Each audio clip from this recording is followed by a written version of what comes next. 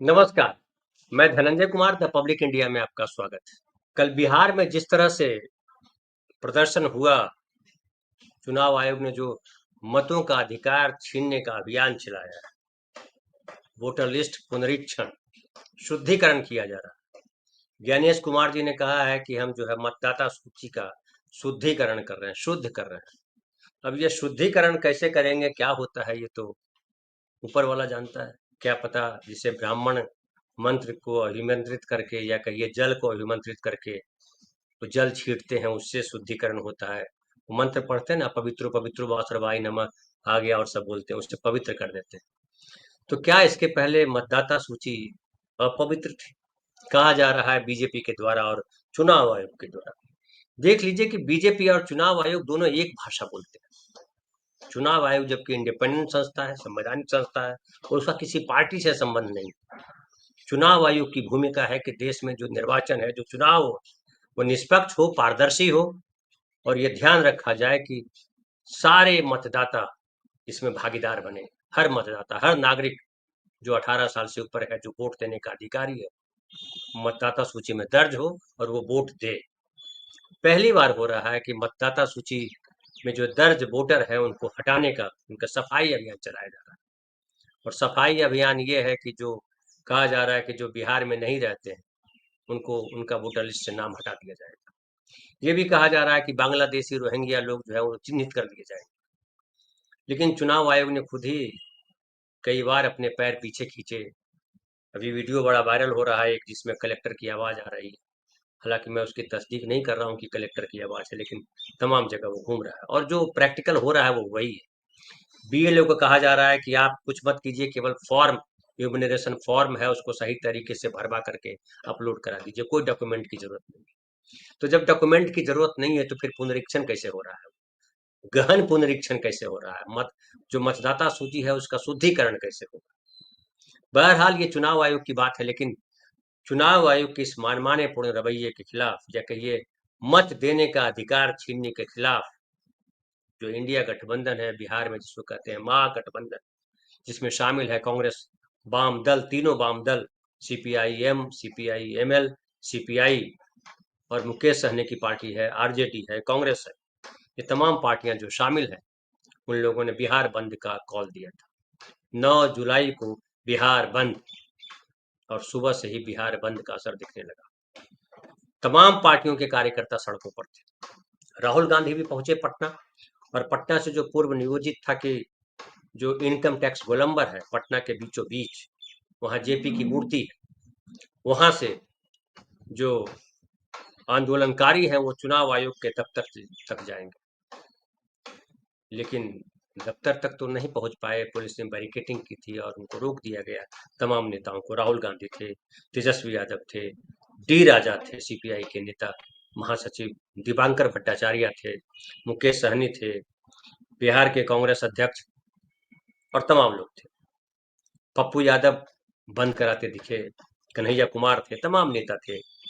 और नेताओं से भी आगे बढ़ चढ़ करके भाग लिया कार्यकर्ताओं ने। आम आदमी, कहीं भी आम आदमी से टकराव नहीं हुआ कार्यकर्ताओं, कहीं भी अब तक ऐसा वीडियो नहीं आया जिसमें मारपीट होती दिखाई पड़ रही हो, या आंदोलनकारी जो है वो जबरन बंद करवा रहे हो कि बाजार बंद करो। है आमतौर पर होता है कि जबरन बंद करवाते हैं, बंद नहीं करेंगे तो कांच फोड़ देंगे, फलाना फलाना।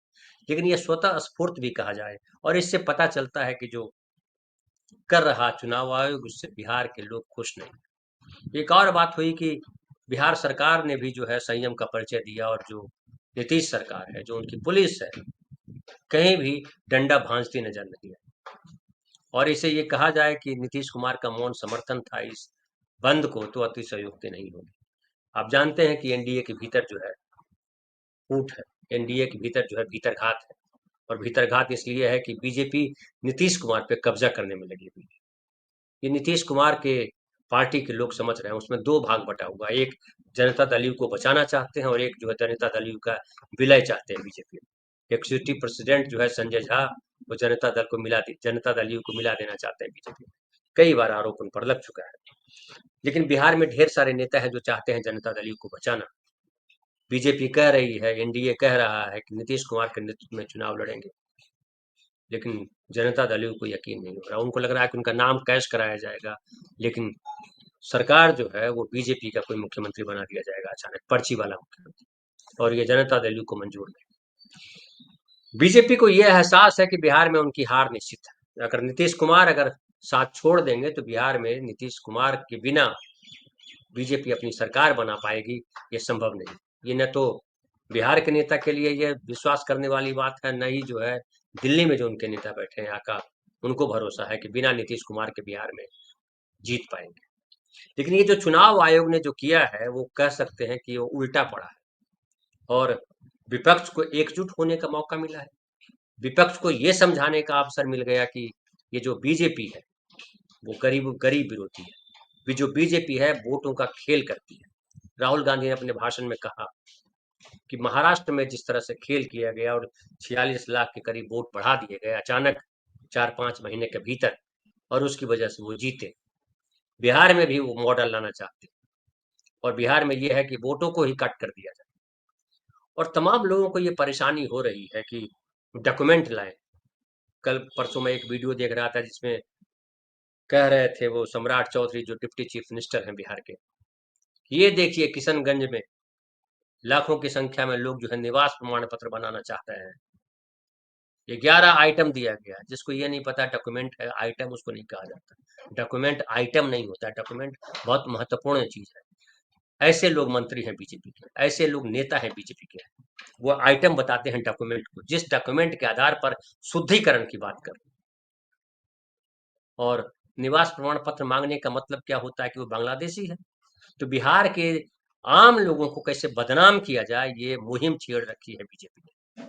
और बीजेपी तमाम कोशिशें कर रही है कि किसी भी तरह से बिहार में चुनाव जीता जाए, लेकिन जमीन पर जो हालात है उससे चूल्हे हिली हुई है बिहार के बीजेपी नेताओं की भी और दिल्ली के नेताओं की भी। इसलिए चुनाव आयोग का सहयोग लिया, लेकिन चुनाव आयोग को जिस तरह से जवाब दिया बिहार बंद करके विपक्ष ने, वो अपने आप में एक जो है अल्टीमेटम है।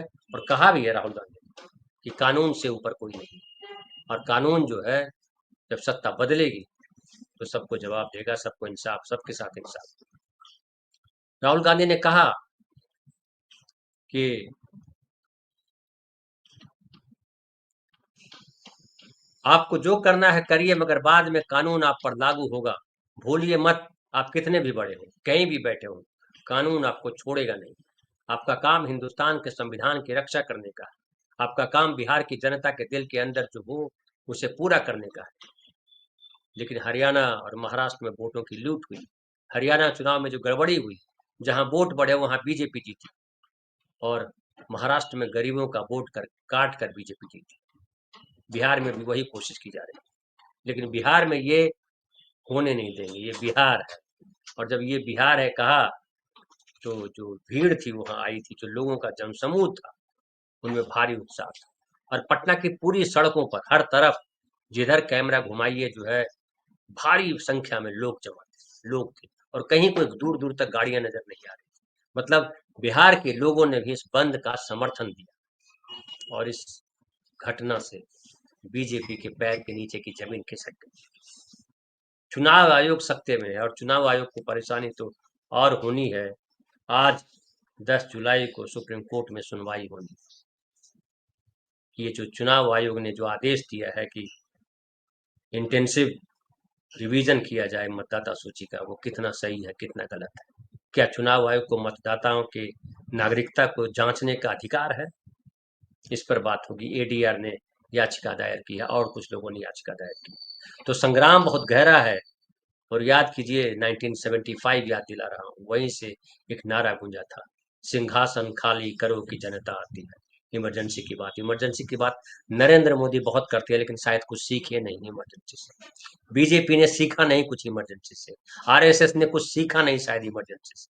उस भूल गई कि इमरजेंसी में जो जनता, जो नागरिक, जिन्होंने आपातकाल के बाद जो चुनाव हुआ उसमें कांग्रेस पार्टी को, इंदिरा गांधी जी को इमरजेंसी की सजा दी थी, उसके बाद इंदिरा गांधी ने माफी मांगी। बिहार आज तक उसको भूल नहीं पाया शायद। बीजेपी जानबूझ करके वो गलती कर रही है, और बीजेपी को भी बड़ा जोरदार सबक मिलेगा। ये बिहार के इस बंद ने संकेत दे दिया है। और सिंहासन खाली करो कि जनता आती है, ये रामधारी सिद्धेश्वर की कविता है, जो बिहार के एक कवि थे, राष्ट्र कवि कहलाए, नेहरू के बहुत क्लोज थे। नेहरू ने उनको राज्यसभा भेजा था, फिर भी उन्होंने कांग्रेस के खिलाफ झंडा बुलंद किया। और बिहार के तमाम लेखक, पत्रकार, तमाम लोग खिलाफ खड़े हुए। लेकिन आज जो है जनता खिलाफ, ये मीडिया का दौर है। गटर मीडिया भले जो है इन खबरों को छुपाए, आप कहीं नहीं देख पा रहे होंगे कि जो है बिहार में कितनी बड़ी सफलता मिली है विपक्ष को। वो कहीं पुल गिर गया है, वो गुजरात में, उस पर चर्चा हो रही है।